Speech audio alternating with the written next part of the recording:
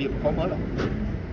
Betul tadi waktu you perform lagu Narcissistic, you cakap you pun orang yang narcissistic kan?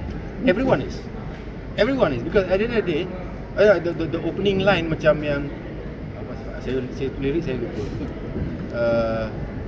Because I notice in my feed kadang-kadang orang cakap dia tunjuk steering kereta ni, oh jam, tapi dia tunjuk steering kereta dia Mercedes tu, oh jam hari ni. Cakap what are we all doing? Dan macam ada juga saya tengok kat social media yang segala yang pakai hijab tapi nampak segalanya. So I just thought that this was a reflection on all of us, including me. So saya cakap siapa yang perasan? Siapa yang perasan? Aku perasan sebenarnya. Everyone's doing it.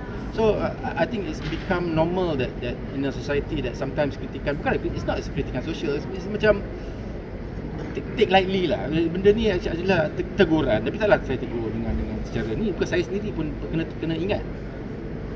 So I don't think it's saya narcissistic, tidak, tetapi there is a little bit of narcissism in everyone, sedar ke sedar. Okay, last question. Okay Datuk, sekarang saya tengok Datuk macam penyanyi rock lah kan, sebab dia tukar jadi rock. Alhamdulillah, memang situ saya nak. Saya one of the yang atas pagar sebelum ni tak berapa suka sangat Datuk pop. Bila rock, wow, gila best kan.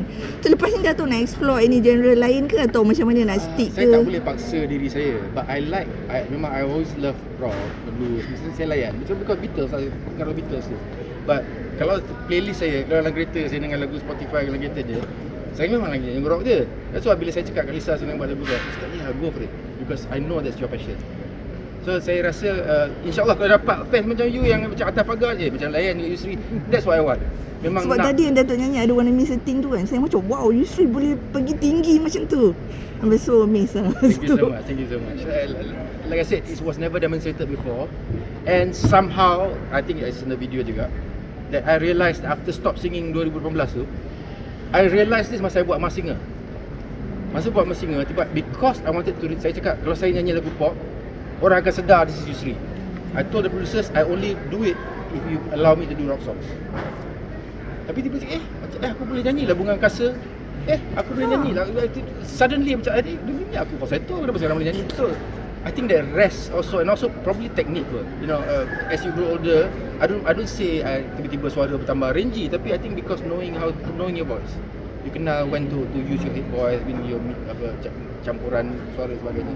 I think just knowing it. Tapi I've always could hit that, tetapi not throughout the song. So macam pak tarik balik because that was the range before.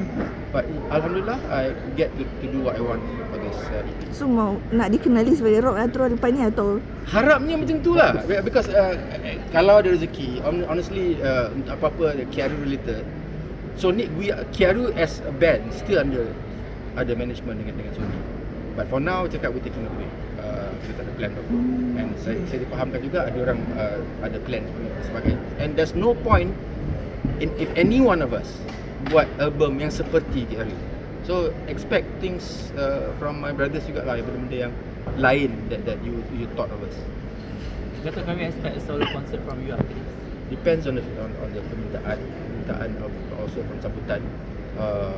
I would love to do one, tapi the pressure is on me because like I said, saya tak nak buat lagu KRU, not because saya tak suka, but I hope the fans can terima lah di mana this change. Kalau buat lagu KRU pun it's gonna be wrong. Boleh terima tak? Itu soalan dia. So kalau ada sambutan, insyaAllah. Datuk, if I may add, last one. If I may add, I think